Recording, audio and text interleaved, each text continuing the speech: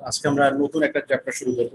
হ্যাঁ, যে চ্যাপ্টারটা কম্পারেটিভলি বলা যায় ইজি এবং ইন্টারেস্টিং।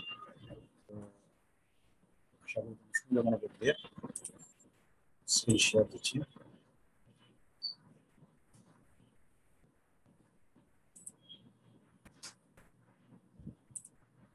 স্ক্রিনটা আসছে? জি স্যার। Yes.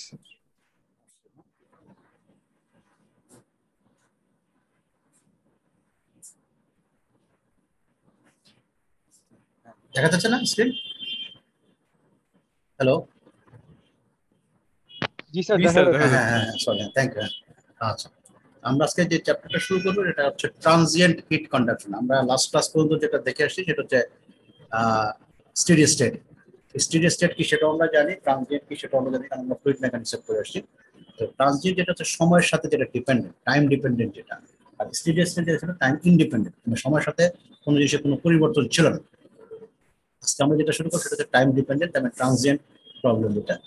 সো আমরা এই চ্যাপ্টারটা শুরু করার আগে তোমার প্র্যাকটিক্যাল আশেপাশে তুমি যদি চিন্তা করো তাহলে তুমি তোমার কনসেপ্টটা আশা করি ক্লিয়ার। মনে করো তুমি একটা খাবার গরম করছো মাইক্রোওয়েভে, এখন খাবারটা গরম করতে গিয়ে তুমি কতক্ষণ গরম করো? আমরা অনেক সময় বলি যে ঠিক আছে মাইক্রোওভেনে 1 minute 10 second 15 second what ever একটা টাইম আমি ফ্রেম ধরে দিই। রান্না করার সময় এখন কোনো একটা জিনিস প্রসেস করার সময় তুমি পার্টিকুলার এতক্ষণ ধরে তুমি এটাকে হিট দিচ্ছ। তুমি কিভাবে এনশিওর হচ্ছে যে এতক্ষণ হিট দিলে এটা তোমার তোমার যেটা হচ্ছে জিনিসটা হিট ট্রান্সফারটা হয়ে তোমার যে টার্গেট যেটা সেটা তুমি রিচ করতে পারো। এই জায়গাটা তার মানে এখানে দেখা যাচ্ছে হিট ট্রান্সফারটা সময়ের সাথে সাথে ডিপেন্ডেন্ট, সময়ের উপরে ডিপেন্ড করেই তার হিট ট্রান্সফার রেটটা আমরা আসলে একটা সার্টেন লেভেলে বা টেম্পারেচার আমরা যাচ্ছি। যেমন গতকালকে লাস্ট ক্লাস আমরা পড়েছি, ফিল করেছি, আমরা বলছি যে এখান থেকে হিটটা যাবে, কারণ কতক্ষণ ধরে যাবে, how long it will take, হ্যাঁ কতক্ষণ ধরে এই সময়টা আমার লাগবে যে হিটটা টেম্পারেচারটা ড্রপ ডাউন করতে অথবা রিচ করতে। এই কনসেপ্ট থেকে যদি চিন্তা করো তাহলে ট্রানজিয়েন্টটা খুবই ইম্পর্টেন্ট একটা, প্র্যাকটিক্যালি খুবই ইম্পর্টেন্ট একটা সাবজেক্ট। আমরা যখন মোল্ডিং করি, হ্যাঁ, বা অ্যানিলিং করি বা হ্যাঁ হিট ট্রিটমেন্ট করি, আমরা আসলে কতক্ষণ ধরে এই হিট ট্রিটমেন্টটা কন্টিনিউ করি। হ্যাঁ, সো এখন মনে করো সাপোজ আমি আমাদের কোল্ড স্টোরেজ আছে, তো কোল্ড স্টোরেজে মনে করো বিভিন্ন রকমের আমরা ফুড বা ভেজিটেবল এগুলো রাখি। হ্যাঁ, এইগুলো যে রাখলাম কত টেম্পারেচার মেনটেন করবো এবং কতক্ষণ সময় ধরে এটাকে মেনটেন করতে হবে, এই যে ইস্যুগুলো আমরা আসলে প্র্যাকটিক্যাল ফিল্ডে বা লাইফে এগুলো টোটালি আমরা বলবো যে এখান থেকে আমরা পাবো ইনশাআল্লাহ। এই টপিকটা শুরু করার আগে প্রথমে যেটা আসছে সেই শব্দটা সেটা হচ্ছে লাম্প সিস্টেম অ্যানালাইসিস। এই ওয়ার্ডটা লাম্প, লাম্প বলতে মানে একটা সলিড অবজেক্ট, একটা মানে একটা থোকা, মানে মনে করো কি হয় বলি, এটা একটা কম্প্যাক্ট একটা অবজেক্ট। যেমন করে একটা মিট বল আমি তুমি চিন্তা করো, বা একটা হ্যাঁ তুমি মাংসের একটা টুকরা যদি চিন্তা করো, এটা একটা বড় একটা টুকরা যদি তুমি চিন্তা করো বা সলিড যদি চিন্তা করো, এটা একটা লাম্প। ঠিক আছে, এরকম একটা সলিড জিনিসকে আমরা চিন্তা করছি। সো এখানে লাম্প সিস্টেম অ্যানালাইসিসে আমরা যে জিনিসটা বলি যে interior temperature of some bodies remain essentially uniform at all the time during the heat transfer process. তার মানে আমরা এখানে যেটা ধরতে চাচ্ছি বা বলতে চাচ্ছি যে পার্টিকুলার একটা বডি বা অবজেক্টের জন্য তার ইন্টেরিয়র টেম্পারেচার, ভিতরের কোনো এক জায়গার temperature essentially uniform at all the time, সকল সময় স্যার একই থাকবে। তার মানে তোমাকে আমি যদি বলি একটা মানে মাংসের টুকটা তোমাকে তাহলে ফ্রোজেন মিট যখন, হ্যাঁ এইটা আমি রাখলাম, তার মানে আমি ধরে নিচ্ছি যে এর ভিতরে প্রত্যেকটা পয়েন্টের টেম্পারেচার সকল সময় একই থাকবে, সকল সময় সে একই থাকবে। সো সাপোজ মনে করো তুমি একটা খাবার ফ্রিজে রাখলে, এটা ঠান্ডা করছো, তো তোমার যেটা কনসেপ্টটা হবে যে সেটা হচ্ছে আমরা ওই যে টেম্পারেচার চাচ্ছি সেটা সব সময়ের জন্য কনস্ট্যান্ট ওই বডির মধ্যে। এটা যদি হয় interior temperature of some bodies remain essentially uniform at all the time during the heat transfer process. এখন আমরা এটাকে যদি একটু এক্সপ্লেন করি কিভাবে আসে, the temperature of such bodies can be taken to be a function of time only. Sir sir, কয়েকজন কিসে আছে স্যার? আচ্ছা স্যার। আচ্ছা জি স্যার, ওয়েটিং এ আছে। মিটিং রুমে স্যার। আচ্ছা ঠিক আছে, এটা খেয়াল এখানে আসেনি আমাদের স্ক্রিনটা খেয়াল করে দিতে। ওকে, অ্যাডমিট করে দিয়েছি। এখানে বলছে যে the temperature of such bodies can be taken to be uniform is a function of temperature only, এবং বলছে যে that heat transfer analysis based on the idealization is called the lump system analysis। তার মানে আমরা যেটা ধরছি যে সেটা হচ্ছে যে এই যে টেম্পারেচার যেটা আছে কোনো একটা বডি, এটা ফাংশন অফ টাইম। টেম্পারেচারটা বাড়বে না কমবে সেটা শুধু ডিপেন্ড করবে টেম্পারেচারের উপরে। Heat transfer analysis based on this idealisation, সেটাকে আমরা বলছি লাম্প সিস্টেম। তার মানে আমরা টেম্পারেচার যেটা বৃদ্ধি হচ্ছে বা কমতেছে এই জিনিসটা আমরা টাইমের উপর যখন আমরা কনসিডার করবো, দেন এটাকে আমরা বলছি লাম্প সিস্টেম। তো লাম্প সিস্টেমে আমরা যেটা বলছি ট্রানজিয়েন্ট প্রবলেম হচ্ছে, প্রথম পয়েন্ট হচ্ছে যে আমরা যখন একটা অবজেক্ট নেব, মনে করো তুমি একটা অ্যালুমিনিয়াম বল হিটেড করলে, অ্যালুমিনিয়ামের বল মানে ছোট একটা, সেটা তুমি হিটেড করলে, তার মানে আমাদের ওই কোন একটা পার্টিকুলার টাইমের ভিতরে প্রত্যেকটা পয়েন্টের টেম্পারেচার সেম, ভিতরে প্রত্যেকটা পয়েন্টের টেম্পারেচার সেম, এটা আমরা ধরতে পারছি।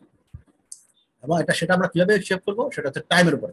আমি মনে করি এখন চিন্তা করলাম, কথার কথা, আমি মাইক্রোওয়েভে একটা খাবার দিলাম, 10 সেকেন্ড পরে আমার ভিতরে প্রত্যেকটা পয়েন্ট, খাবারের ভিতরে প্রত্যেকটা পয়েন্টের টেম্পারেচার সেম হবে। আবার 10 মিনিট পরে জায়গায় 15 মিনিট পরে যদি হয়, তখন টেম্পারেচার হয়তো ডিফারেন্ট হবে, কিন্তু টেম্পারেচার সেম হবে। সো কথাটা বোঝানো গেল যে মনে করো তুমি খাবার একটা গরম করছো, মনে করো 2 মিনিট পরে তার টেম্পারেচার ভিতরে মনে করো এটা 45 হয়ে আছে, আর 2 মিনিট পরে গিয়ে আমি 5 মিনিট পরে আবার যখন চেক করবো তখন হয়তো এটা 55 হয়ে গেছে। কিন্তু 55টা সকল পয়েন্টে মানে ওই খাবারের প্রত্যেকটা পয়েন্টের টেম্পারেচার তুমি যদি মেজার করতে পারো, খাবার একই রকম টেম্পারেচার হবে। এই জিনিসটাকে আমরা বলছি লাম্প সিস্টেম, যেটা টেম্পারেচার ডিপেন্ডেন্ট। ওকে, সো আমরা প্র্যাকটিক্যাল কিছু এক্সাম্পল দেবো অবশ্যই। এখানে আমরা প্রথমে যেটা আসতে যাচ্ছি সেটা হচ্ছে যে কনসিডার এ বডি আরবিটারি শেপে, একটা বডি, যে কোনো একটা বডি, যে কোনো একটা অবজেক্ট যেটাকে আমরা হিট করবো বা হিট নিব, যেটাই কনসিডার এ বডি আরবিটারি শেপ, মাস হচ্ছে m এবং ভলিউম হচ্ছে v, এবং তার সারফেস এরিয়া যেটা আছে সেটা হচ্ছে a, তার ডেনসিটি হচ্ছে রো, তার স্পেসিফিক হিট হচ্ছে cp, এবং ইনিশিয়াল টেম্পারেচার হচ্ছে ti, ইনিশিয়াল টেম্পারেচার ti, আর তার সারাউন্ডিংস যেটা আছে সারাউন্ডিংস এর টেম্পারেচার হচ্ছে টি ইনফিনিটি, এবং এইচ হচ্ছে তোমার হিট ট্রান্সফার কোএফিশিয়েন্ট। ঠিক আছে, তাহলে এখন যেটা হবে যে আমার যদি টি আই যদি বড় হয় আর টি ইনফিনিটি যদি ছোট হয়, তাহলে হিটটা এখান থেকে এখানে যাবে, আর উল্টাটা যদি হয় যে টি আইটা ছোট, টি ইনফিনিটি যদি বড় হয়, তাহলে হিটটা বাইরে থেকে ভিতরে ঢুকবে। এই হচ্ছে নর্মাল কনসেপ্ট। ঠিক আছে, সো আমরা যদি ইনিশিয়াল টেম্পারেচার চিন্তা করি, একদম প্রথম সময় যখন শুরু করলাম, at time t equals to 0, the body is placed into a medium at a temperature t infinity। এখানে আমরা রাখলাম এটা প্রথমে, কিন্তু এইটা temperature different ti, where t infinity is greater than ti, তাহলে আমরা ধরে নিচ্ছি এই আউটার সাইডের টেম্পারেচারটা t infinity এবং সেটা ti থেকে বড়, দ্যাট মিন্স হিটটা বাইরে থেকে ভিতরে ঢুকবে। তাহলে হিট ট্রান্সফার কোএফিশিয়েন্ট দেওয়া আছে h। এখন এই কনসেপ্ট থেকে কি পরিমাণ হিট ঢুকবে সেটা তো আমরা হিসাব করতেই পারি, কারণ আমাদের আগের সূত্র আমরা জানি এটা q equals to h a t infinity minus tt, মানে হায়ার টেম্পারেচার থেকে লোয়ার টেম্পারেচার আমরা কনভেক্টিভ হিট ট্রান্সফার থেকে এটা আমরা বের করতে পারি। এখন so the energy balance at the time interval delta T can be written as, তারপর ডেল্টা টি একটা টাইমের পরে আমি চিন্তা করতে চাচ্ছি যে কি পরিমাণ হিট এখান থেকে ঢুকলো, সেই হিসাবটা যদি আমি করতে চাই, তাহলে সেটা আসলে কি হবে, যে পরিমাণ হিট ঢুকলো সেটাই তো এখানে স্টোর হবে, এটা তার কোথাও যাবে না। যে হিটটা বাইরে থেকে আসলো সেটাতে এখানে স্টোর হয়ে থাকবে। সো সেটাকে আমরা লিখতে পারি hit transfer into the body during the delta tea time, যেটা হিট ট্রান্সফার হলো এই ডেল্টা টি সময়, ইকুয়ালস টু কি হবে, যে এনার্জিটা স্টোর হলো এখানে বাইরে থেকে যেটা ঢুকলো, the increase in the energy of the body during delta T বা ডিটি। এই ডিটি সময়ে কি পরিমাণ হিটটা ঢুকলো সেটা একটা, সেটাই হবে এই বডিতে ওই ডিটি সময়ে কি পরিমাণ এনার্জি ইনক্রিজ করলো বা স্টোর হলো সেটা। সো আমরা এটাকে যদি এভাবে ডিফাইন করি, H A T infinity minus T এখান থেকে, হ্যাঁ, বা টি আই যেটা আর কি, ইন্টু ডিটি, তার মানে এটা ছিল ওয়াটে, এখন আমরা এটাকে জুল পার সেকেন্ড, এখন সেকেন্ড দিয়ে বললে এটা জুল হয়ে যাবে, তার মানে হিট শুধু হিট এখানে চলে আসবে। আর এই জায়গায় আমরা যেটা এনার্জি স্টোর হলো সেটাকে বলতে পারি এম এস ডেল থিটা, তোমরা যেটা জানো যে টেম্পারেচার টি আই ছিল, এখন টেম্পারেচার বেড়ে হয়তো টি হলো, সো সেই ক্ষেত্রে এমসিপি ডিটি আমরা যেটা বলি, এমসিপি ডিটি। এমসিপি ডিটি যদি বলি, তো এম হচ্ছে মাস অফ দ্যাট বডি, সিপি হচ্ছে স্পেসিফিক হিট, আর টি ডেল্টা টি বা ডিটি হচ্ছে বড় হাতের টি, যেটা টেম্পারেচার টি। তো এটাকে এখন আমরা যদি একটু সাজানোর চেষ্টা করি, আমরা এখান থেকে লিখতে পারি যে টিটা হচ্ছে তোমার এই টি ইনফিনিটি মাইনাস টি, আমরা এখান থেকে যদি ডিটি কে লিখতে যাই, হ্যাঁ, আলটিমেটলি আমরা এটাকে লিখতে পারি যে এখানে মাইনাস এইচ এ, এই টিটাকে সামনে নিয়ে আসলাম, সো টি মাইনাস টি ইনফিনিটি হয়ে গেল, এখানে ডিটি আছে, আর এম সিপি আর ডিটি কে লিখতে পারি টি মাইনাস টি ইনফিনিটি। সো এইভাবে লেখা যায় দুটো ইকুয়েশনকে সাজিয়ে। এখন এটাকে যদি আমি একটু সিম্পলিফাই করার চেষ্টা করি, এখানে যেহেতু D T minus T infinity আছে, আর এখানে যেহেতু টি মাইনাস টি ইনফিনিটি আছে, এইটাকে যদি নিচে নিয়ে আসি এটার, তাহলে লেখা যাবে যে D T minus T infinity divide by T minus T infinity. এটা একটা পার্ট।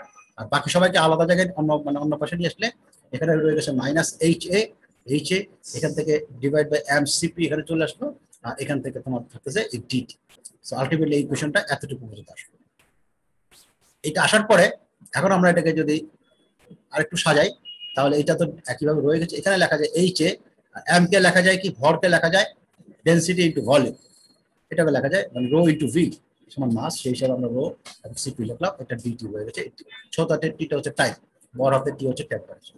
সো আলটিমেটলি তুমি যদি এটাকে এখন এটাকে ইন্টিগ্রেশন করো, হ্যাঁ ইন্টিগ্রেশন যদি করতে চাও তাহলে আমাদের টাইম লিমিটটা হচ্ছে এখানে, টাইমটা হচ্ছে যখন টি ইকুয়াল টু 0 তার থেকে একটা পার্টিকুলার টাইম টিতে যাও, সময় মনে করো 0 সেকেন্ড থেকে শুরু করে 2 মিনিট, বা 0 সেকেন্ড থেকে শুরু করে 5 মিনিট, বাট একটা পার্টিকুলার টাইমে।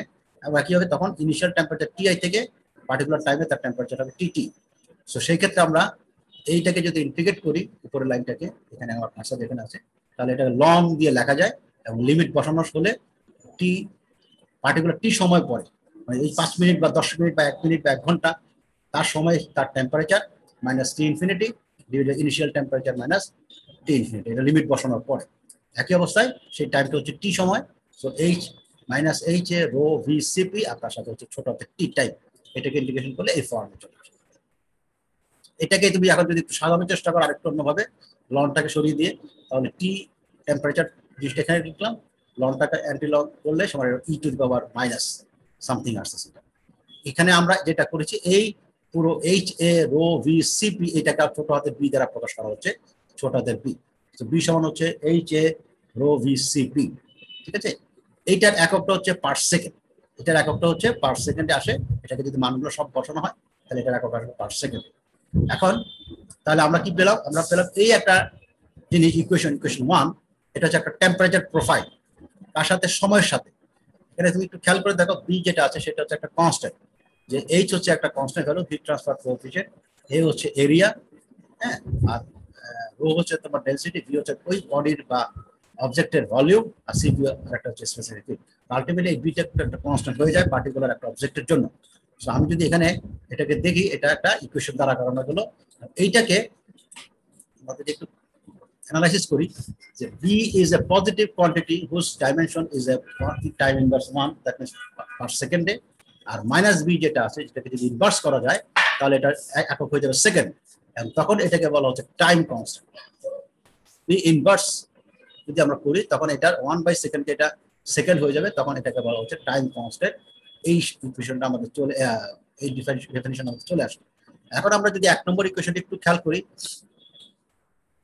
ইকুয়েশনটা যদি একটু খেয়াল করি যে আমরা এই ইকুয়েশন যদি মানগুলো বসাই, এই ইকুয়েশনে যদি মানগুলো বসাই, আমরা যদি এই ইকুয়েশনের ক্ষেত্রে এক্স অক্ষ বরাবর যদি টি নেই আর ওয়াই অক্ষ বরাবর যদি আমরা টেম্পারেচার নেই, তাহলে আমরা এই টাইমের সাথে এক্সপোনেনশিয়াল যেহেতু এটা, আমরা দেখবো যে এই কার্ভটা এইভাবে যাচ্ছে, এই কার্ভটা এভাবে যাচ্ছে, এবং আমরা বিভিন্ন বি এর মানের জন্য এই কার্ভটা ডিফারেন্ট হবে।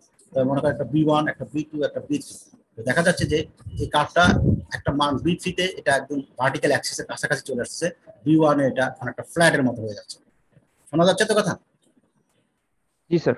আচ্ছা, তো আমরা এখানে যদি কনসিডার করি জিনিসটা ভালো মতো খেয়াল করে, তাহলে দেখো যে বি3 যখন এই মানটা যদি কখন বেশি হচ্ছে বা কাছাকাছি, বি3 এর মানটা যত বড় হবে তত এটা ভার্টিক্যাল অ্যাক্সিসের কাছে চলে আসবে। তার অর্থটা কি দাঁড়ালো, তত তাড়াতাড়ি সে টেম্পারেচার রিচ করবে।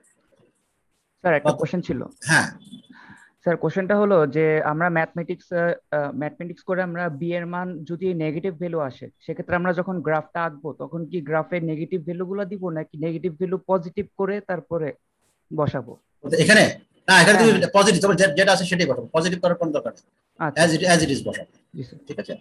সো এখানে একটা জিনিস যেটা আমরা দেখাতে চাচ্ছি মেইন কথা, যে দেখো বি এর মান যদি ছোট হয় তাহলে দেখো এই টাইম লাগতেছে অনেক বেশি। আমি যদি টি ইনফিনিটি চাই তাহলে এটা দেখো অনেকক্ষণ সময় পরে গিয়ে এই টি ইনফিনিটি আসতেছে, ঠিক আছে।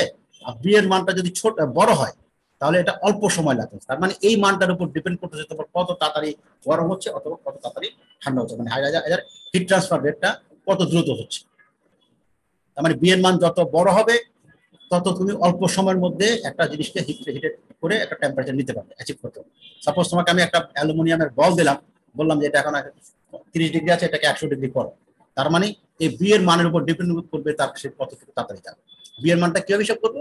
বি এর মানটা এইচ এর দ্বারা হিসাব করবো, এ দ্বারা হিসাব করবো, রো দ্বারা হিসাব করবো, ভি দ্বারা হিসাব করবো এবং সিপি দ্বারা। তবে এই মানটার ভ্যালু যত বড় হবে তখন সেই হিসাবে আমরা বলতে হবে যেটা তাড়াতাড়ি ওই টেম্পারেচারে রিচ করবে। সো এখানে আমরা দেখতে পারি যে we can determine the temperature T particular টাইমে T of a body at time T small T, মানে অল্প মানে সময়ের একটা পার্টিকুলার সময়ের জন্য তার টেম্পারেচার কত হবে, এইটা এই 1 নম্বর ইকুয়েশন থেকে আমরা পাবো। The temperature of the body approaches the ambient temperature T infinity exponentially, যেটা আমরা 1 নম্বর ইকুয়েশন ই দ্বারা দেখলাম এখানে। এবং the temperature of the body changes rapidly at the beginning and slow down later। তার মানে প্রথম দিকে দেখো এটা এই কার্ভটা ভার্টিক্যালি উঠতেছে, দেন এটা আস্তে আস্তে ফ্ল্যাট হয়ে যাচ্ছে। তার মানে তুমি যদি প্র্যাকটিক্যালি যদি চিন্তা করো দেখা যাবে যে এই সময়ের সাথে যখন তুমি গরম করছো বা ঠান্ডা করছো, এটা যে প্র্যাকটিক প্রথমে এটা র্যাপিড কিছুটা হবে, তারপরে এটা গ্র্যাজুয়ালি আস্তে আস্তে ফ্ল্যাট হয়ে যাচ্ছে। Temperature of the body changes rapidly at the beginning and slow down later। ঠিক আছে, তার মানে আস্তে আস্তে স্লো ডাউন হচ্ছে। এখন এখানে খেয়াল করো বি এর মান আমরা কি বলেছি, H A rho V CP. তো এখান থেকে ভালো মতো খেয়াল করো এখন কথাটা, it takes longer time to heat or cool of a larger mass. একটা বড় যদি অবজেক্ট হয়, একটা অবজেক্ট হয়, সাপোজ মনে করো তোমাকে আমি একটা ফ্রিজে একটা খাবার রাখতে দিলাম, সাপোজ মনে করো কি খাবে, যেমন একটা আপেল বা মনে করো অরেঞ্জ বা হোয়াট এভার একটা কিছু যদি তুমি একটা ফ্রুট রাখো, এটা ঠান্ডা হবে কতক্ষণ লাগবে ঠান্ডা? তুমি একটা টেম্পারেচার চাচ্ছ 4 ডিগ্রিতে আসো, তাহলে কতক্ষণ লাগবে? এইটা কার উপর ডিপেন্ড করবে? এই বি এর উপর। So it takes longer time to heat or cool of a larger mass। যার মাস বেশি হবে তার এটা সময় সেই হিসাবে হিসাব করবে।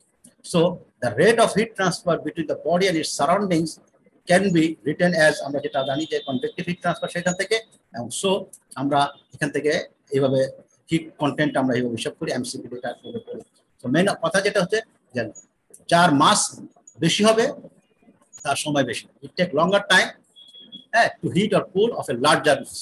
তার মানে বড় সব অবজেক্ট যদি হয়, মাস যদি বেশি হয়, তখন তাকে ঠান্ডা করতে বা গরম করতে বেশি সময় লাগে। এটা আমাদের নরমালি কনসেপ্টে আমরা জানি। ঠিক আছে, আমরা আরো প্র্যাকটিক্যালি কিছু হয়তো এক্সাম্পল থেকে এটাকে আরো ভেরিফাই করবো। এতটুকু পর্যন্ত কারো কোনো কোয়েরি আছে? এতটুকুর মধ্যে কারো কোনো কোয়েরি আছে? হ্যাঁ বলো। জি স্যার, বলো। মাস বাড়লে তো বি এর ভ্যালু কমে যাচ্ছে, এর কারণে। হ্যাঁ, মাসের ভ্যালু, হ্যাঁ ইনফিনিটিটা কি সবসময় কনস্ট্যান্ট থাকবে? কোনটা ইনফিনিটি, ওই ইনফিনিটি দেখছি স্যার যেটা টি আলফা, সরি। হ্যাঁ টি অ্যাম্বিয়েন্ট টেম্পারেচার, হ্যাঁ অ্যাম্বিয়েন্ট টেম্পারেচার, হ্যাঁ হ্যাঁ বলো। এটা তো কনস্ট্যান্ট থাকবে সবসময়? না কনস্ট্যান্ট না। তোমার এখন তো তোমার রুমের টেম্পারেচার এখন যেটা 10 ঘন্টা পরে টেম্পারেচার তো চেঞ্জ হতেই পারে।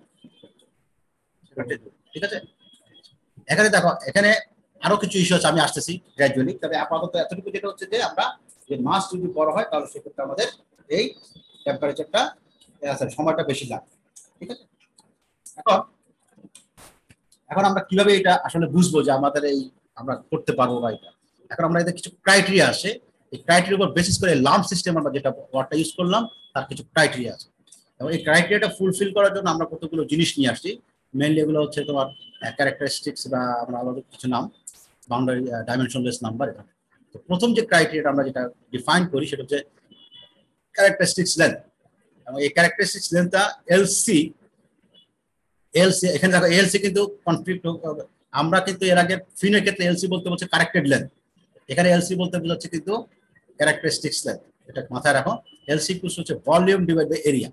তাহলে একটা অবজেক্ট যদি হয় তাহলে তার ভলিউম ডিভাইড বাই এরিয়া, এখান থেকে তোমার যে লেন্থটা পাওয়া যাবে সেটাকে বলা হচ্ছে ক্যারেক্টারিস্টিক্স লেন্থ, এটা এলসি। আরেকটা যেটা আমাদের নাম্বার লাগে সেটা হচ্ছে বায়োট নাম্বার বলা হয়। বায়োট নাম্বারটা হচ্ছে তোমার ডাইমেনশনলেস নাম্বার। তোমার 3-1 ফ্লুইড মেকানিক্স এর ডাইমেনশনলেস নাম্বার করে আসছো না, ডাইমেনশন অ্যানালিসিস। হ্যাঁ, এই জিনিসটা এই টপিকসটাতে তোমার কত ইম্পর্টেন্ট টপিকস, তারা 3-1 এটা কতটা বোঝোনি, আমি তাদেরকে রিকোয়েস্ট করবো এই টপিকসটা, এই চ্যাপ্টারটা অবশ্যই ভালো মতো জানো, কারণ এটা তোমার ভবিষ্যতে বিভিন্ন জায়গায় লাগবে। এবং বিশেষ করে এই হিট ট্রান্সফারে ডাইমেনশনলেস নাম্বার, অসংখ্য ডাইমেনশনলেস নাম্বার আমরা আজকে থেকে হয়তো শুরু করবো এবং অনেকগুলো ডাইমেনশনলেস নাম্বার পাবো। ঠিক আছে, অনেকগুলো, একের অধিক না, আরো অনেকগুলো আসবে, অসংখ্য না। ঠিক আছে, সো এখানে প্রথম আজকে আমরা যে নাম্বারটা দেখছি সেটা হচ্ছে বায়োট নাম্বার বলা হয়। তার ডেফিনিশনটা হচ্ছে H/L/C ডিভাইড বাই K। এইচটা কি আমরা বুঝতেছি, এইচ হচ্ছে হিট ট্রান্সফার কোএফিশিয়েন্ট, এলসি আমরা অলরেডি ডিফাইন করেছি characteristics divide by K thermal conductivity. So এটাকে আমরা যদি একটু সাজানোর চেষ্টা করি, হ্যাঁ, এখানে উপরে যদি আমি ডেল্টা টি দিয়ে গুণ করি, আবার নিচেও যদি ডেল্টা টি দিয়ে গুণ করি, আর এলসি কে যদি একটু নিচে নিয়ে আসি, তাহলে এখানে হচ্ছে এইচ ইন্টু ডেল্টা টি, আর নিচে আসতেছে কে বাই এলসি তার সাথে ডেল্টা টি, এইভাবে লেখা যায়। তার মানে এই যে এইচ ইন্টু ডেল্টা টি, এটা অনেকটা কনভেক্টিভ হিট ট্রান্সফারের ইকুয়েশনে চলে আসে, কনভেক্টিভ হিট ট্রান্সফার ইকুয়েশন চলে। তারপরে এখানে বলছে convection at the surface of the body, এখানে কে এ বাই এলসি ইন্টু ডেল্টা টি, এটা হচ্ছে কন্ডাকশনের ফর্মে চলে আসে, এটা হচ্ছে কন্ডাকশন উইদিন দ্য বডি। তার মানে এই যে দুটো ভাগ, কাকে দিয়ে কাকে ভাগ করতেছি, convection divide by conduction. Convection কোথায় হচ্ছে, সারফেস দিয়ে হচ্ছে, সেটা কনভেকশন বলেছি, আর কন্ডাকশন কোথায় হচ্ছে, উইদিন দ্য বডি সেটা হচ্ছে, ঠিক আছে, উইদিন দ্য বডি সেটা হচ্ছে। এই দুটার ভাগফলকে আমরা বলছি তোমার বায়োট নাম্বার। সো এখানে আমরা এই H/L/C বাই K এটাকে আসলে আলটিমেটলি যেটা মিন করা হচ্ছে যে convection, convective heat transfer divide by conductive heat transfer. একটা মাথায় খেতে যে এটা খেয়াল রাখো যে কনভেকশনটা অলওয়েজ সারফেসের মাধ্যমে হবে, আর কন্ডাকশন উইদিন দ্য সলিড বডির মধ্যে হবে। এই দুটো রেশিওকে বলা হচ্ছে বায়োট নাম্বার। সো এখানে H/L/C বাই K, H হচ্ছে তোমার, আবার বলি, হিট ট্রান্সফার কোএফিশিয়েন্ট, এলসি হচ্ছে তোমার ক্যারেক্টারিস্টিক্স, আর কে কে আমরা যেটা বলছি থার্মাল কন্ডাক্টিভিটি। কার থার্মাল কন্ডাক্টিভিটি, কন্ডাকশন কার কোথায় হচ্ছে, সলিডের। সো সলিডের থার্মাল কন্ডাক্টিভিটি, ঠিক আছে। এটাকে আমরা যদি আরেকটু সাজিয়ে লিখি এখন, হ্যাঁ, এখানে এটাকে এভাবে লেখা যায় যে H/L/C যেটা ছিল, এই যে এলসি ডিভাইড বাই কে যদি লিখি, আর এটাকে লেখা যায় 1/H, এই বায়োট নাম্বার থেকে। এতে যেটা বোঝানো হয় এটা হচ্ছে কন্ডাকশন রেজিস্ট্যান্স, আর এটাকে বলা হচ্ছে কনভেকশনের রেজিস্ট্যান্স। তার মানে কন্ডাকশনের রেজিস্ট্যান্স ডিভাইড বাই কনভেকশনের রেজিস্ট্যান্স, উল্টো হয়ে গেছে, হ্যাঁ, এটা উল্টাটা। এই দুটা ভাগফলকে বলা হচ্ছে বায়োট নাম্বার, ঠিক আছে। এখন আমরা কি বুঝবো বায়োট নাম্বার দিয়ে, when a solid body is heated by hot fluid, the first convection hit the body, তার মানে বাইরে থেকে হিটটা আসলে কনভেকশন হয়ে যাবে, then conduction will take place। এটা হচ্ছে আমাদের নরমাল কনসেপ্ট। এখন if বা when the Biot number is a small, যদি এই মানটা ছোট হয়, এখন তুমি এই ইকুয়েশন থেকে খেয়াল করো, বায়োট নাম্বারটা যদি ছোট হয় তার অর্থ কি, এই নাম্বারটা বিআই, এই মানটা কম, মনে করো 0.5 বা 1 বা 2 হোয়াটএভার, ছোট একটা নাম্বার, তখন কি হচ্ছে, উপরের এই মানটা কম, মান যেহেতু এটা কম, তার মানে উপরের মানটা কম, নিচের মানটা বেশি, তাই তো। যদি কম হয় তার মানে কি, কন্ডাকশনের জন্য কি রেজিস্ট্যান্স কম, কন্ডাকশনের জন্য রেজিস্ট্যান্স কম, তার মানে কি কন্ডাক্টিভের মাধ্যমে হিট ট্রান্সফারটা হবে, কনভেকশনের জন্য যেটা আছে সেটা বেশি। তার মানে আমার এই বায়োট নাম্বার যত ছোট হচ্ছে, আমার তত কি রেজিস্ট্যান্স তত কম, তত কি হিটটা কি হবে, সলিড অবজেক্টের মধ্যে ঢুকে যাবে, মনে করো তোমার কাছে একটা অরেঞ্জ দেওয়া হলো, তার মানে আমি যদি কথার কথা, এই অরেঞ্জটার যদি কন্ডাক্টিভ রেজিস্ট্যান্স যদি কম হয়, তার মানে সারফেসে যে হিটটা আছে সেটা মুহূর্তের মধ্যে বা অল্প সময়ের মধ্যে কি ভিতরে চলে যাবে না, রেজিস্ট্যান্স কম, রেটটা বেশি হবে স্যার। হ্যাঁ স্যার ট্রান্সফার রেটটা বেশি হবে, হ্যাঁ, ট্রান্সফার রেটটা বেশি হবে, কারণ রেজিস্ট্যান্স কম, হিটটা থার্মাল রেজিস্ট্যান্স কম, তাই তো। তার মানে আমি যেটা বোঝানোর চেষ্টা করছি, এই বায়োট নাম্বারটা যদি ছোট হয় তাহলে কন্ডাকশনটা ডমিনেট করবে, আর বায়োট নাম্বারটা যদি বড় হয় তাহলে কনভেকশনটা ডমিনেট করবে, কন্ডাকশনটা ডমিনেট করতে পারবে না। তাহলে আমাদের কন্ডাকশনটা যদি ডমিনেট করতে হয় তাহলে সেক্ষেত্রে বায়োট নাম্বারটা ছোট হতে হবে, ঠিক আছে। এখন তাতে আমাদের লাভটা কি, তাতে লাভটা হচ্ছে যদি এটা ছোট হয় তাহলে রেজিস্ট্যান্স কম, আর রেজিস্ট্যান্স কম হলে which means better heat conduction. তাতে কি হবে, so small temperature gradient within the body, তার মানে অল্প সময়ের মধ্যে যেহেতু হিটটা যাচ্ছে বডির মধ্যে ঢুকতেছে, তার মানে তার মধ্যে টেম্পারেচার গ্রেডিয়েন্ট কম। কিভাবে আমি তোমাকে বলি, মনে করো একটা মানে ক্রিকেট বলই তোমাকে আমি দিচ্ছিলাম, মানে কথা, এটা একটা ভিতরে একটা ক্রিকেট বল, হ্যাঁ, এটা এই বলটার ম্যাটেরিয়াল ধরলো সকল কিছু এক হোমোজেনিয়াস, এখন তুমি বাইরে থেকে হিট দেবে, তাহলে হিট দিলে আমরা যদি বলি যে থার্মাল কন্ডাক্টিভিটি রেজিস্ট্যান্স কম, তার মানে কন্ডাক্টিভিটিটা মাধ্যমে হিটটা বেশি ঢুকবে, তার মানে আমি যদি বাইরের টেম্পারেচার যদি বাড়াতে থাকি, এটা খুব অল্প সময়ের মধ্যে সেন্টারে পৌঁছে যাবে, তাই তো। কথা বোঝার চেষ্টা করে, এটা লাগবে তোমার। তার মানে আমি যখন এটা কন্ডাক্টিভিটি বেশি, তার মানে থার্মাল কন্ডাক্টিভ রেজিস্ট্যান্সটা কম হওয়ার, রেজিস্ট্যান্স কম হওয়ার কারণে হিটটা খুব দ্রুত ভিতরে ঢুকবে, তার মানে আমি বাইরের টেম্পারেচার যদি 30 থেকে এটাকে যদি 70 করি, তাহলে মুহূর্তের মধ্যে অল্প সময়ের মধ্যে সেন্টারও কিন্তু এটা 70-এর কাছাকাছি চলে যাবে বা 70 হয়ে যাবে, তাই না? Yes, sir. কথা ক্লিয়ার এতটুকু? এখন আমরা যে পয়েন্টটা বলতে চাচ্ছি, সেন্টার যদি মনে করো 70 হয় বা সেন্টারে মনে করো 65 হলো, সেন্টার থেকে 0.5 মিলিমিটার বা 1 মিলিমিটার বা 5 মিলিমিটার ডিস্টেন্সে তার চারপাশে সেখানকার টেম্পারেচার কিন্তু ওই 65 এর কাছাকাছি হবে, তাই না? Yes, sir.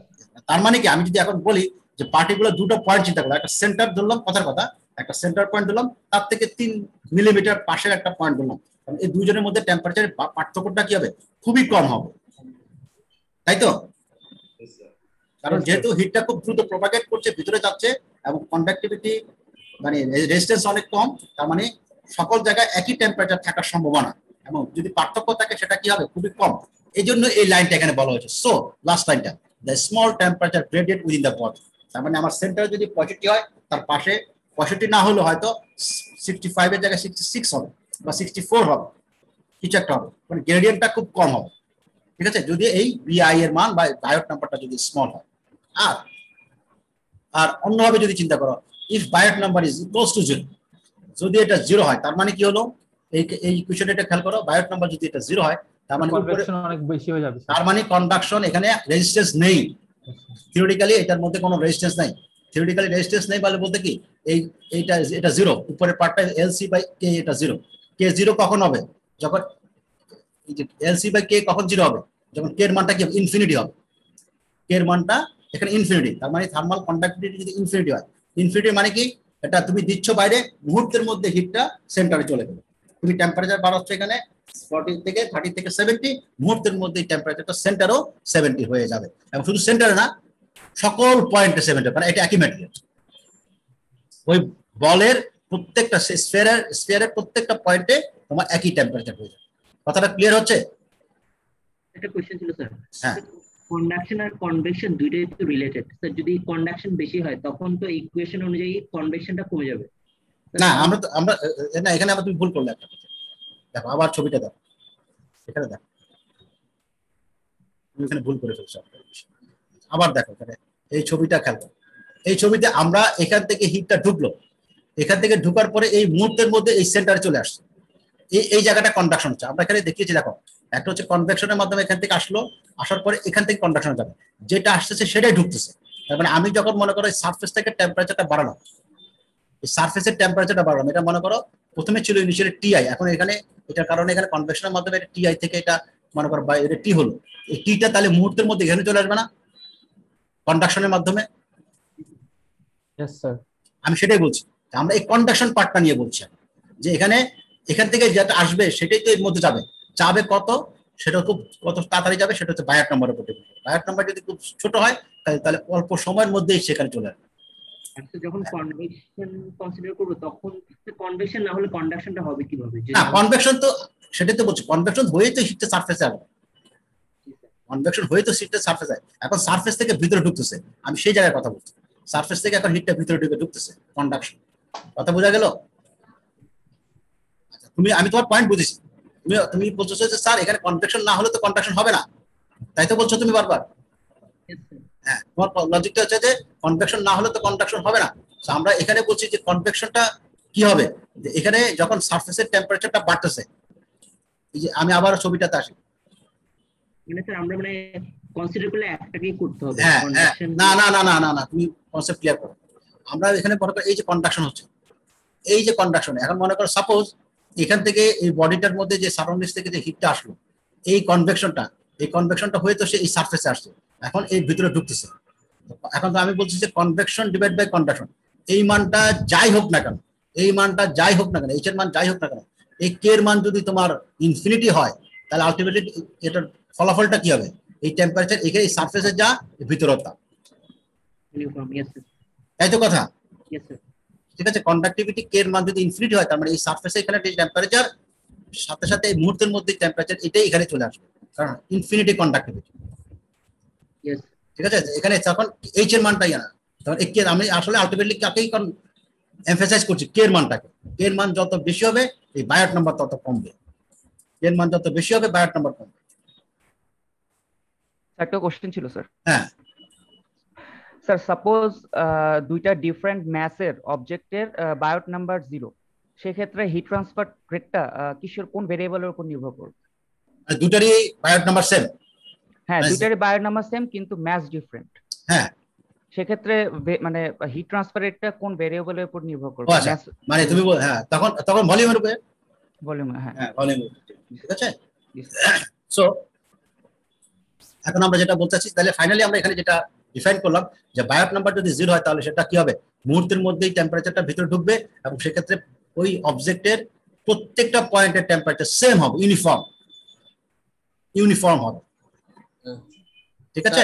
হ্যাঁ স্যার এখানে কি স্যার ওই কনভেকশনের সময় স্যার যে হিট ট্রান্সফার রেটটা স্যার থাকবে, কন্ডাকশনের সময় কি স্যার সেম থাকবে নাকি বেশি হয়ে যাবে স্যার? না, সেম থাকবে, রেটটা তো হিটটা তো সেম। কিন্তু দেখো আমরা আবারও, তোমরা এখানে খেয়াল করো, কথা একটু হয়তো কোনো জায়গায় তোমাদের সমস্যা রয়ে যাচ্ছে, আমি বুঝতেছি। একটা জিনিস খেয়াল করো, এখানে এখানে এই যে ইকুয়েশনটা প্রথমে যেটা ডিফাইন করেছি, এই যে ব্যালেন্স করেছি, যেটা heat transfer into the body during the delta T, এই হচ্ছে কনভেক্টিভ হিট ট্রান্সফার। এটা কোথায় আসলো? সারফেসে আসলো। তারপরে এখন সারফেসে থেকে এখন ওইটা মানে ওই অবজেক্টটা হিটটা বাড়তেছে, টেম্পারেচারটা বাড়তেছে, তারপরে কি পরিমাণ সে এনার্জি স্টোর করলো বা ইনক্রিজ করলো, সেটা হচ্ছে এমসিপি। আলটিমেটলি এটা কি হিসেবে যাবে? এটা থার্মাল কন্ডাক্টিভিটির মাধ্যমে তো সে স্টোর করবে। জি স্যার। ঠিক আছে। সো আমরা কোথায় জানাচ্ছিলাম? হ্যাঁ, সো এখানে তাহলে আমরা এখানে একটা কনক্লুশনে আসলাম, যখন বায়োট নাম্বার 0 হবে তখন এটা ইনফিনিটি হবে, কে মান, তার মানে মুহূর্তের মধ্যে হিটটা ট্রান্সফার হয়ে যাবে এবং অবজেক্টের প্রত্যেকটা পয়েন্টের টেম্পারেচার সেম হবে, ইউনিফর্ম হবে। So for the lump system, এখন আসলে লাম্প সিস্টেম আমরা তাহলে কি বলছি? এক্সাক্ট, যখন লাম্প সিস্টেম এক্সাক্ট, কারণ আমরা লাম্প সিস্টেমের ডেফিনিশন বলছি যে তার প্রত্যেকটা পয়েন্টের টেম্পারেচার ইউনিফর্ম, তাহলে সেটা কখন সম্ভব? যখন বায়োট নাম্বার 0। যখন বায়োট নাম্বার 0 তখনই আমরা লাম্প সিস্টেমের আবারও ডেফিনিশন আসি। লাম্প সিস্টেম প্রথম পেজে এই যে লাম্প সিস্টেম বলছি, the temperature of such bodies can be taken to be a কি বলে ফাংশন অফ টাইম অনলি। এটা আমরা বলছি যে উপরের লাইনে, যে হ্যাঁ উপরের লাইনটাতে, interior temperature of some bodies remain essentially uniform at all the time during the season, মানে সকল পয়েন্টে। তার মানে আমরা যদি এই পয়েন্টে এখন একটু খেয়াল করো, এই ছবিটার মধ্যে, তার মানে আমরা বায়োট নাম্বার সেম বলছি, তার মানে আমার কার্সার যেখানে আছে এখানকার টেম্পারেচার যদি তোমার 10 ডিগ্রি হয়, এখানকার পয়েন্টের টেম্পারেচার 10 ডিগ্রি, এখানকার পয়েন্টের টেম্পারেচার 10 ডিগ্রি, এখানকার টেম্পারেচার, যতগুলো তুমি পয়েন্ট চিন্তা করো প্রত্যেকটা পয়েন্টের টেম্পারেচার 10 ডিগ্রি হবে, ইউনিফর্ম, যখন বায়োট নাম্বার 0। আর বায়োট নাম্বার যদি একটু কম বেশি হয়, মানে 0-র কাছাকাছি হয়, তখন হয়তো এটা 10 হবে, এই পাশেরটা হয়তো 10 না হয় 10.2 হবে, 10.2 না হয় পাশেরটা হয়তো 10.1 হবে, এই ধরনের। তার মানে এদের গ্রেডিয়েন্টটা খুব কম হবে, টেম্পারেচার গ্রেডিয়েন্টটা অনেকটা কম থাকবে। আর আমার যদি বায়োট নাম্বার অনেক বেশি হয়, তখন দেখা যাবে কি, এখানকার টেম্পারেচার যেটা আছে, সেটা টেম্পারেচার যা মনে করো 10 ডিগ্রি, ভিতরের টেম্পারেচার হয়তো দেখা যাচ্ছে 2 ডিগ্রি। হ্যাঁ, সো এই ক্ষেত্রে তোমার টেম্পারেচার ডিফারেন্সটা অনেক বেশি। খুব সিম্পল চিন্তা করো, যেমন মনে করো তুমি মাইক্রোওভেনে একটা কি বললো চিকেন তুমি একটা গরম করতে দিলে, ঠান্ডা ছিল, ফ্রিজ থেকে বের করে গরম করলে, কথা এক্সাম্পল। সো এখন তুমি এটা খাওয়ার সময় যখন কাটতে গেলে কি হয়, যে সারফেসের টেম্পারেচারটা বেশি থাকে, ভিতরেটা তখনও কিন্তু গরম হয়নি, তাই না? এরকম তো তোমরা অবজার্ভ করেছো। বা যেটা গরম ছিল, হয়তো মনে করছে ঠান্ডা হলে খাবো, তারপরে যখন খাওয়া শুরু করলে দেখা গেল যে ভিতরটা অনেক গরম রয়ে গেছে, বাইরেটা ঠান্ডা, তাই না? তার মানে এখানে টেম্পারেচার গ্রেডিয়েন্টটা বেশি, তার মানে তোমার বাইরের সাইডের সারফেসের যে টেম্পারেচার আর ভিতরের টেম্পারেচার তখনও সমান হয়নি, তার মানে টেম্পারেচার গ্রেডিয়েন্টটা বেশি। কিন্তু এটা থার্মাল কন্ডাক্টিভিটি যদি ইনফিনিটি হতো বা অনেক বেশি হতো, তখন এটা কিন্তু খুব ইউনিফর্ম থাকতো, বাইরের টেম্পারেচার যা, ভিতরের যে টেম্পারেচার তা। সো তুমি টাচ করলে বুঝতে যে ভিতরের টেম্পারেচার ওই হবে, একই হবে। কিন্তু যেহেতু এটার থার্মাল কন্ডাক্টিভিটি অনেক কম, আর আমরা যেগুলো প্র্যাকটিক্যালি দেখি, তখন দেখা যায় যে এই জিনিসটা ওরকম আমাদের ফিল করে না, হয়তো দেখা যাচ্ছে বাইরে ঠান্ডা ভিতরে গরম, বা বাইরে গরম ভিতরে ঠান্ডা, এই ধরনের একটা প্র্যাকটিক্যাল এক্সপেরিয়েন্স আমরা অনেক সময় দেখি। ঠিক আছে, আমরা এক্সাম্পল করবো এগুলা কনসেপ্ট ক্লিয়ার করার জন্য আরো অনেক প্র্যাকটিক্যালি, যেহেতু এটা আমি বললাম প্র্যাকটিক্যাল ওরিয়েন্টেড, অনেক জায়গায় তুমি এটা পাবে। হ্যাঁ, আমরা সো এখানে যেটা আলটিমেটলি ডিসিশনে যাচ্ছি সেটা হচ্ছে বায়োট নাম্বার যদি 0 হয় তখন এটা এক্সাক্ট লাম্প সিস্টেম, মানে সকল পয়েন্টের টেম্পারেচার সেম। আদারওয়াইজ আমরা অ্যাপ্রক্সিমেট যেটা করি সেটা হচ্ছে বায়োট নাম্বার নরমালি গ্রেটার দ্যান 0 হয়, এবং because of uncertainty of experimental data there is always lack of accuracy, এবং সেক্ষেত্রে lump system analysis is valid বা applicable when Biot number is less than 0.1 or equals to 1, equals to 0.1. তার মানে আমরা Biot নাম্বারটা lump system কখন বলবো, যেহেতু আমরা জিরো কোনো সময় পাবো না, আবার কিছু এক্সপেরিমেন্টাল কিছু এরর থেকে যায়, আমরা Biot নাম্বারকে যদি 0.1 এর মতো পাই অথবা তার থেকে যদি কম পাই, তখন আমরা এটাকে লাম্প সিস্টেম হিসেবে কনসিডার করতে পারি। যদি Biot নাম্বারটা যদি 0.1 বা তার কম হয়, তখন আমরা তাকে লাম্প সিস্টেম বলবো, আর আদারওয়াইজ তাকে আমরা লাম্প সিস্টেম বলছি না। কথা ক্লিয়ার? তার মানে আমরা Biot নাম্বারটা ক্যালকুলেট করব, সেখান থেকে আমরা Biot নাম্বারটা যদি দেখি জিরো তো কোনো সময় হবে না, জিরো থেকে একটু বেশি হবে, সেটা যদি 0.1 এর কম হয়, তাহলে আমরা বলতে পারি এটা লাম্প সিস্টেম, এবং সেক্ষেত্রে টেম্পারেচার ইউনিফর্ম হবে। আর যদি না হয়, তাহলে বলবো সেখানে টেম্পারেচার ভ্যারি করবে। কিভাবে ভ্যারি করবে আমরা এখন একটা ছোট একটা এক্সাম্পল দেখি। আজকে আমরা নেক্সট ক্লাসে আরো শুরু করবো, আজকে হয়তো 5 মিনিট লাগবে। এটা এখানে খুব সিম্পল একটা এক্সাম্পল, স্টিল বল, একটা স্টিলের বল তোমাকে আমি দিলাম, হ্যাঁ, এবং সেটা দেওয়া আছে সি হচ্ছে 0.46 মানে স্পেসিফিক হিট, এবং কে এর মান দেওয়া আছে থার্মাল কন্ডাক্টিভিটি মনে করো 35 এবং 5 সেন্টিমিটার ডায়ামিটার দেওয়া আছে। Initially at uniform temperature 450 degree, কারণ ওই বল স্টিল বলের temperature 450 degree, and is suddenly placed in a controlled environment in which temperature is maintained 100 degree. তার মানে তুমি এটাকে এমন একটা এনভায়রনমেন্ট নিয়ে এলা, তার টেম্পারেচার হচ্ছে মাত্র 100 degree. Convection heat transfer coefficient দেওয়া আছে h এর মান 10. Calculate the time required for the ball to attain temperature 150. এখানে রো এর মান দেওয়া আছে বলের 7800। সো আমাকে বলেছে একটা বল দেওয়া আছে, স্টিলের বল, তার ডায়ামিটার দেওয়া আছে, তার বিভিন্ন প্রপার্টিজ দেওয়া আছে, কন্ডাক্টিভিটি, তার টেম্পারেচার দেওয়া আছে 450 ডিগ্রি, এবং তাকে আমি একটা রুমে নিয়ে গেলাম যেখানে কন্ট্রোল অবস্থায় তার টেম্পারেচার হচ্ছে 100 ডিগ্রি, এরপরে প্রেস করলাম। এখন আমাকে দেখতে বলেছে যে এখানে 150 ডিগ্রিতে নামবে, মানে 450 ছিল, তার থেকে কমে 150 আসবে, এতে তার কতক্ষণ সময় লাগবে যেখানে সে আসবে। সো আমরা যদি অঙ্কটা একটু করতে যাই, সো এলসি প্রথমে আমরা যেটা করবো, যে ক্যারেক্টারিস্টিক্স লেন্থ যেটা volume divide by area. So যেহেতু এটা স্ফেরিক্যাল একটা বল, মানে 4/3 পাই আর কি ভলিউম, এরিয়া হচ্ছে সারফেস এরিয়া 4 পাই আর স্কয়ার। সো এখান থেকে যেটা পাচ্ছি r/3। সো r/3 থেকে r যেহেতু জানি, মানে ডায়ামিটার বলে দিয়েছে, তার মানে আমরা এখান থেকে এই এলসিটা পেয়ে যাব। সো আমরা যদি এখানে Biot নাম্বার বের করি এখন, তাহলে HLC/K, h এর মান দেওয়া ছিল 10, এলসির মান দেওয়া ছিল আমরা পেয়েছি r/3, আর k এর মান আমাদের এখানে আমরা দেওয়া ছিল 35। সেখান থেকে Biot নাম্বার বের করে দেখা যাচ্ছে এটা 0.0023, which is much less than 0.1। তার মানে কি এটা লাম্প সিস্টেম আমরা যেটা বলি ইউনিফর্ম। এটা হলো প্রথম আমাদের অঙ্কের ধাপ। এরপর আমরা এখন দেখতে পাচ্ছি যে আমাদের ইকুয়েশনে কতক্ষণ লাগবে, টাইম বের করতে পারছি। সো যে টাইমটা আমার হবে সেটা হচ্ছে 150 ডিগ্রি, এটা আমরা চাচ্ছি। তার ইনিশিয়াল টেম্পারেচার ছিল 450 আর অ্যাম্বিয়েন্ট টেম্পারেচার ছিল 100 ডিগ্রি। এই তিনটা টেম্পারেচার আমরা জানি, এইচ জানি, রো জানি, সি জানি, সব জানি। সো আমরা এখান থেকে বিটা বের করি, বি মানে হচ্ছে H/ρ/c। এইচ এর মান জানা আছে, এর মান আমরা এখান থেকে 4 পাই আর স্কয়ার থেকে বের করতে পারি। রো জানা আছে, ডেনসিটি দেওয়া ছিল 7800, সি স্পেসিফিক হিট দেওয়া ছিল অঙ্কের মধ্যে, ভলিউম দেওয়া আছে, ভলিউম মানে 4/পাই আর কিউব। সো আলটিমেটলি তুমি এখান থেকে এই বিটা পাবা, এবং সেই বিটা হচ্ছে যে ইনভার্স 1/2 সেটা এই মানটা আসে।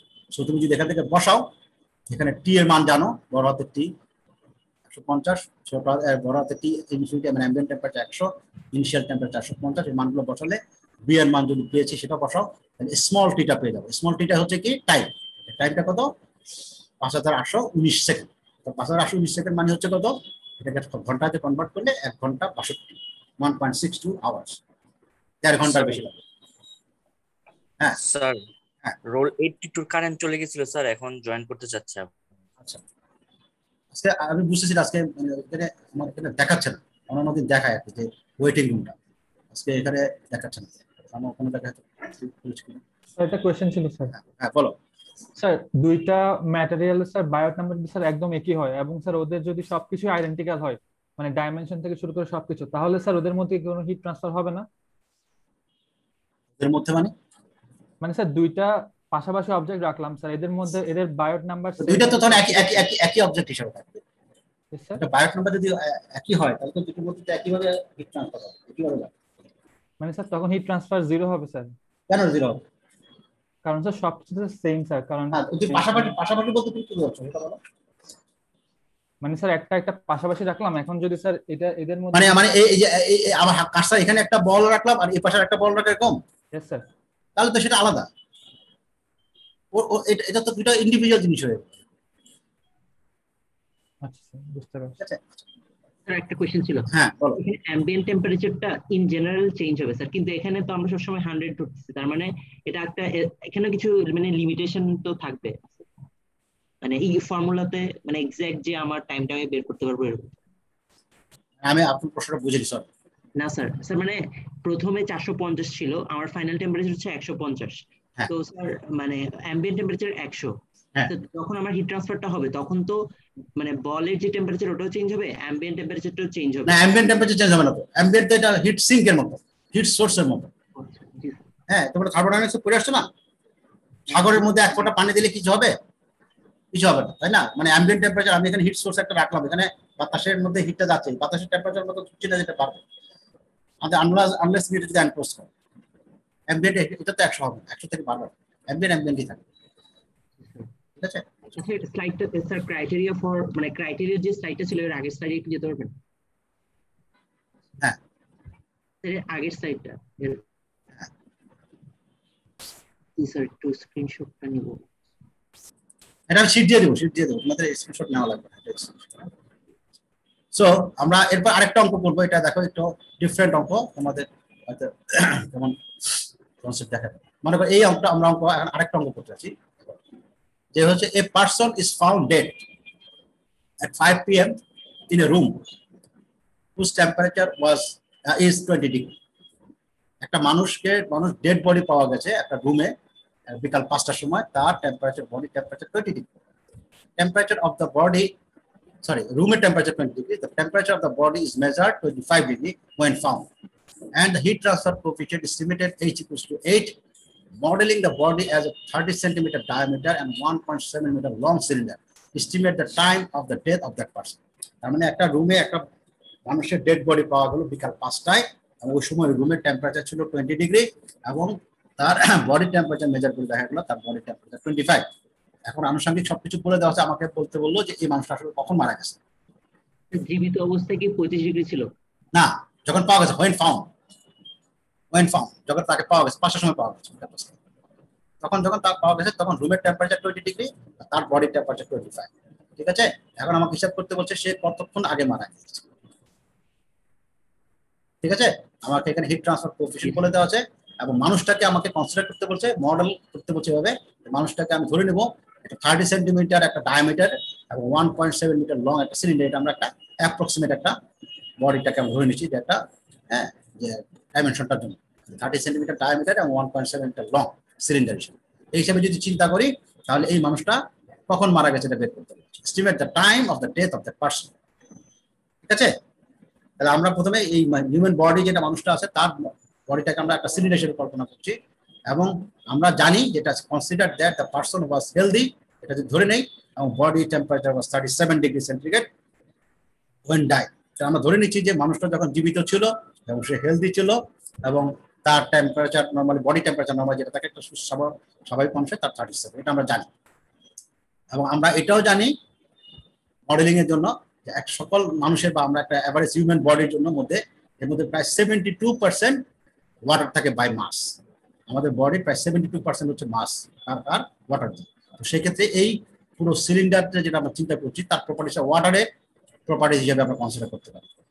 ওয়াটারের প্রপার্টিস, কারণ এটা 72% মতো তোমার হচ্ছে ওয়াটার। হ্যাঁ, তো সেই হিসাবে আমরা যদি এটাকে ওয়াটারের প্রপার্টিস গুলো চিন্তা করি, এবং কোন টেম্পারেচার আমরা ধরে নিচ্ছি যে যখন সে মারা যায় তখন তার টেম্পারেচার 37, আর এখন যখন পাওয়া যাচ্ছে তখন হচ্ছে 25। অ্যাভারেজ টেম্পারেচার ধরে নিলাম 31 অ্যাভারেজ টেম্পারেচার। 31 অ্যাভারেজ টেম্পারেচারের জন্য তার থার্মাল কন্ডাক্টিভিটি কত, কার ওয়াটারের থার্মাল কন্ডাক্টিভিটি কত। ঠিক আছে, এবং রো এর মান আমরা ওয়াটারের জন্য বের করতে পারি, সিপি ওয়াটারের জন্য। এটা কিন্তু আমরা ধরে নিচ্ছি অ্যাজাম্পশন হিসেবে, ওয়াটার হিসেবে ধরে নিচ্ছি।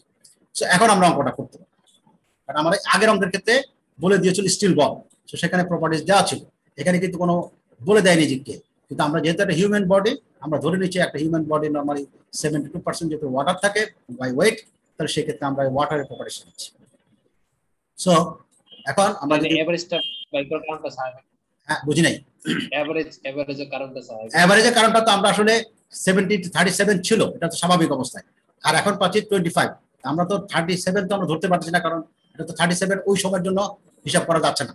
আবার 25ও নিচ্ছে না, কারণ আমি তো জানি না যে সে কখন মারা গেছে, এই জন্য অ্যাভারেজ কর। ঠিক আছে, অ্যাভারেজ কর। অ্যাভারেজ করলে এখন আমরা এই যে 37,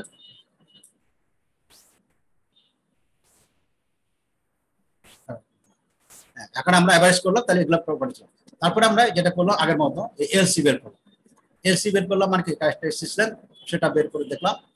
সিলিন্ডার যেহেতু, সিলিন্ডারের ভলিউম আমরা পাই আর স্কয়ার এল, আর সারফেস এরিয়া হবে টুয়াইস পাই আর এল ইনটু 2 পাই আর স্কয়ার। তোমরা জানো এটা সারফেসের সিলিন্ডারে। তো সেক্ষেত্রে এখান থেকে এলসি পাওয়া যাচ্ছে 0.06, এবং বায়োট নাম্বার যদি আমরা বের করি তাহলে এইচ এলসি বাই কে, এবং যে যার মানটা আসছে 0.89। তার মানে 0.89 যদি হয়, তার মানে এটা অবশ্যই 0.1 এর চেয়ে বড়, তার মানে এটা লাম্প না। তার মানে এটা লাম্প না। লাম্প যদি না হয় তাহলে আমরা এখানে তারপরে যদি বি বের করি, বি এর মান হচ্ছে H A by rho CP B, তো এটার মান আসছে 0.5, সরি 2.79 × 10⁻⁵। সো এখান থেকে আমরা যে আগের সূত্রের মতো যদি বসাই, আর একইভাবে সূত্র যদি বসাই, হ্যাঁ, টেম্পারেচার এখন পাওয়া গেছে, তার মানে 25 ডিগ্রি, অ্যাম্বিয়েন্ট টেম্পারেচার 20 ডিগ্রি, আর ইনিশিয়ালি আমরা ধরে নিচ্ছি এটা 37 ডিগ্রি, এবং এই বি এর মান আমরা বের করছি, টি আমরা বের করতে পারি, ছোট হাতের টাইমটা বের করে দেখা গেল ইটস অ্যারাউন্ড 12.2 আওয়ার্স। 12.2 আওয়ার্স, তার মানে অ্যাপ্রক্সিমেটলি যেটা বলা যেতে পারে, সে বিকাল 5টার সময় যেহেতু তার বডি পাওয়া গেছে, তার মানে সকাল 5টায় সে মারা গেছে, সকাল 5টার সময় তার মারা গেছে। কিন্তু খেয়াল করে এখানে কথাটা, এটা কিন্তু আমরা এক্সাক্ট হবে না, কারণ কি আমাদের বায়োট নাম্বারটা এটা ইজ গ্রেটার দ্যান 0.1, তার মানে এইটা আমরা যেটা পাচ্ছি এটা অ্যাপ্রক্সিমেট, আমরা কিন্তু কোনো এক্সাক্ট সলিউশন পাচ্ছি না, এটা আমরা অ্যারাউন্ড বলেছি। ঠিক আছে, এই অঙ্কটা তুমি আরো অন্যভাবে করতে পারবে, যে তোমার এই বিভিন্ন কন্ডিশন আমরা আরো নেক্সট ক্লাসগুলোতে দেখবো। ঠিক আছে, সো আমরা বায়োট নাম্বার স্যার 0.1 এর বেশি, তাহলে স্যার এটার যে টেম্পারেচার সব পয়েন্টে সেম থাকবে না স্যার।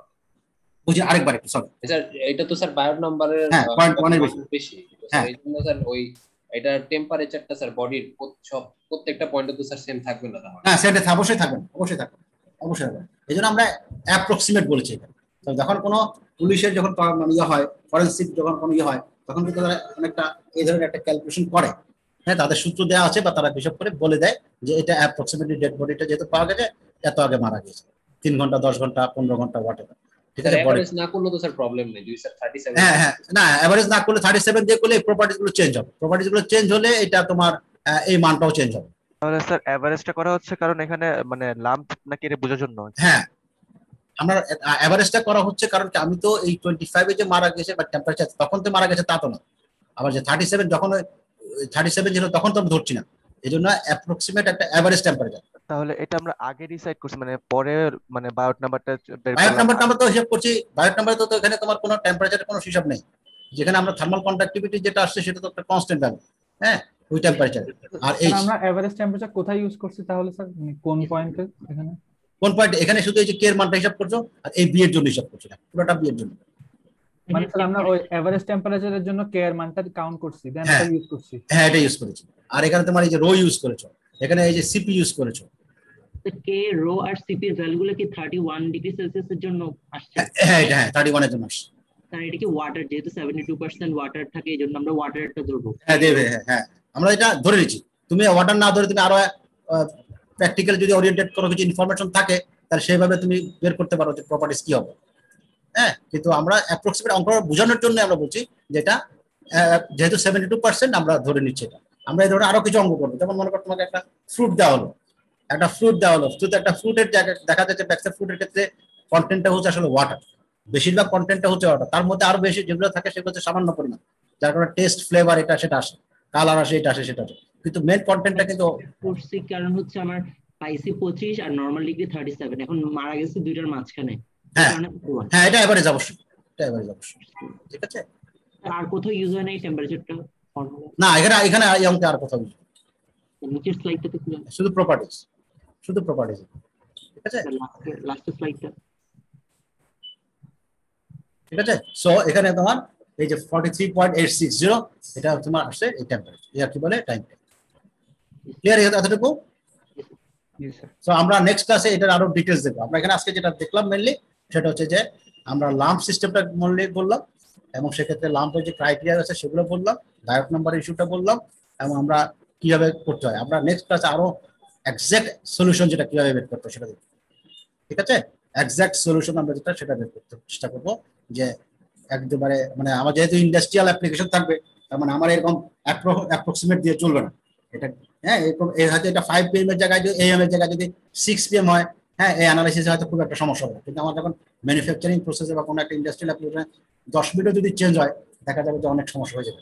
আমাদের এই ক্ষেত্রে এক্সাক্ট সলিউশন আমাদের বের করতে হবে বা কাছাকাছি করতে হবে, ঠিক আছে? জি স্যার। ওকে, সো